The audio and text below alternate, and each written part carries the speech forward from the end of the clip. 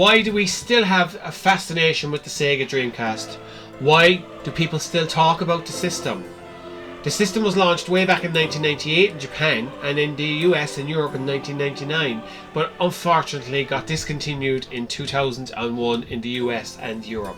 Yes, games still continue to be released for the Sega Dreamcast up until in Japan up until I think it was around 2007, 2008. But basically what I want to ask today, guys, is why do we still love the Dreamcast so much?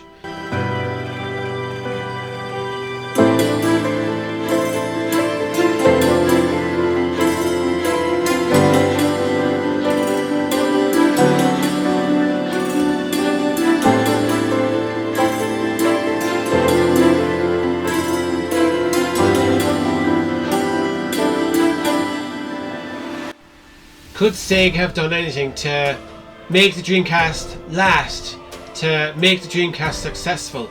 To be perfectly honest, Sega did what they did and did it 150%. They gave it their all. It was their last hurrah on the gaming scene. It was their last hurrah with their console, and everything that Sega did, they did 100% correct. But unfortunately, Sega as a company, I think, overstretched themselves financially and just couldn't keep up with the Sony PlayStation, the Microsoft Xbox or the Nintendo GameCube. The funding just wasn't there, and to save a company, Sega basically got out of the console making business and became a software developer. And today we still love and play Sega games.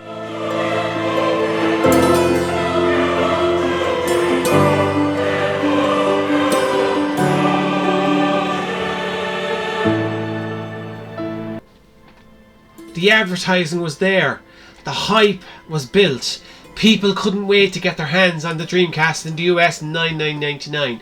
Everybody was on about the graphics, the way the games played, how you could get online.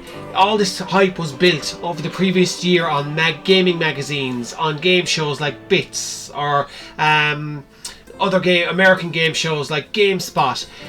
The hype was there, the people wanted the system.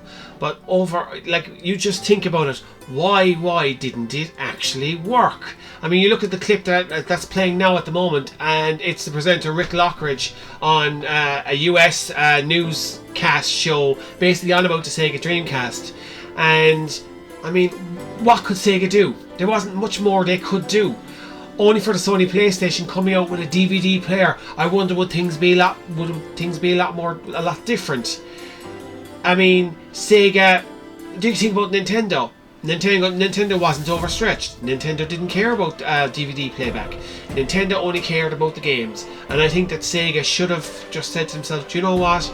We are a game developer and a console maker. We're just going to concentrate on the games, not on whether our system can play DVD playback or not.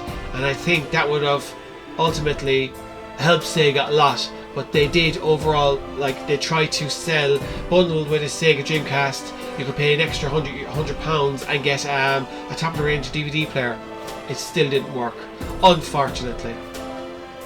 There was nothing Sega could do. Now, the computer games war between Sega, Sony and Nintendo is hotting up, with Sega's long-awaited Dreamcast launched in the UK last night. Many shops around the country opened their stores at midnight. You can see some of the shops there to cope with the demand in pre-sales. My final thoughts, guys.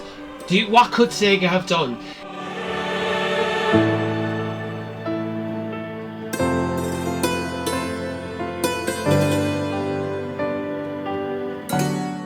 Everything looked good for the Sega Dreamcast.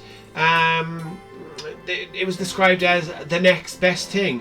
Sega have really made something wonderful, something good.